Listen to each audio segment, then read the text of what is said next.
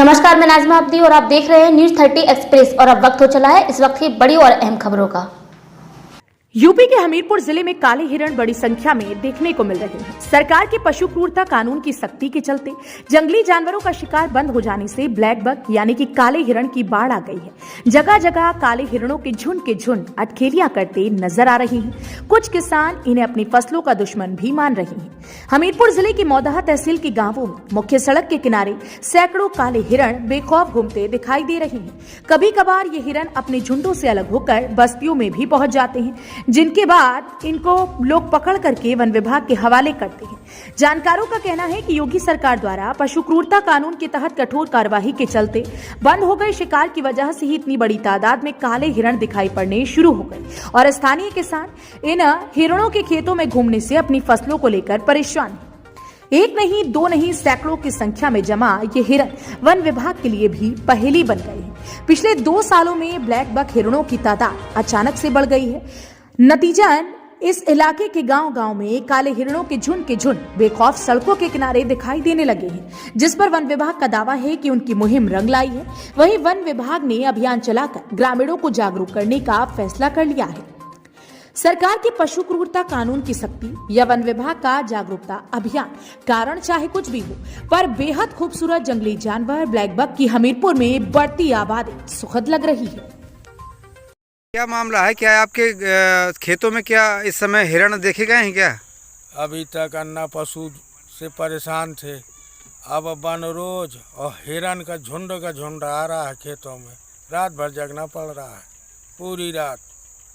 क्या आपने फसल असले सब बो दी हैं? सब बो गई हैं, मटर खाए जा रहे हैं।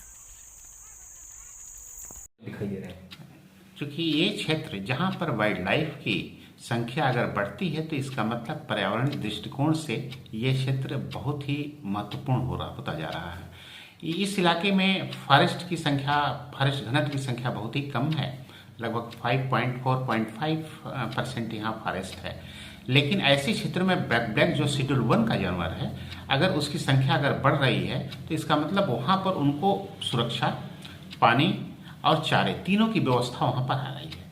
ऐसी स्थिति में जो और बड़े कैट फैमिली के जो बड़े जानवर हैं, इनकी भी प्रचुरता बढ़ने की संभावना है, क्योंकि यह संज्ञान में मीडिया के थ्रू ही हमारे पास आया हुआ है। और मेरी कोशिश ये है कि उस पूरे इलाके को हम किसी तरह से उनके मनमाफिक प्रोटेक्शन के दृष्टिकोण से और साथ साथ उनके कंजर्वेशन के लिए जो उपाय करना होगा, उसके लिए हम अपनी कोशिश करेंगे।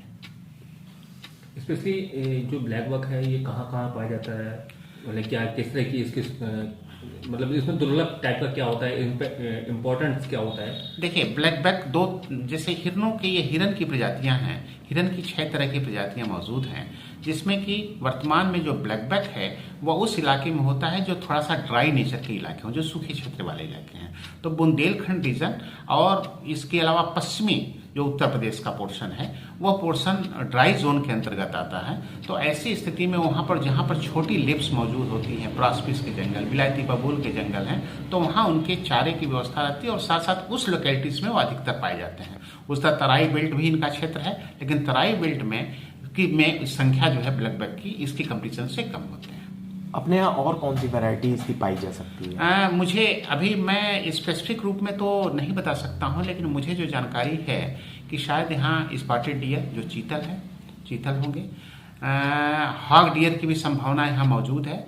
कुछ लोगों द्वारा यह बताया गया कि यहाँ बारहसिंघा भी पाया जाता है, लेकिन अभी तक मुझे ऐसे कोई फोटोग्राफ्स या चिन्ह नहीं मिले जिससे ये हो कि ये जो है यहाँ पर बारहसिंघा है, उपलब्ध है। तो ये शोध का विषय है और मुझे लगता है कि मैं इसको 1 महीने के भीतर एक प्रोजेक्ट के फॉर्म में लाऊं, जो कि इस उनके कंजर्वेशन के लिए और प्रोटेक्शन के लिए कार्य हो सके।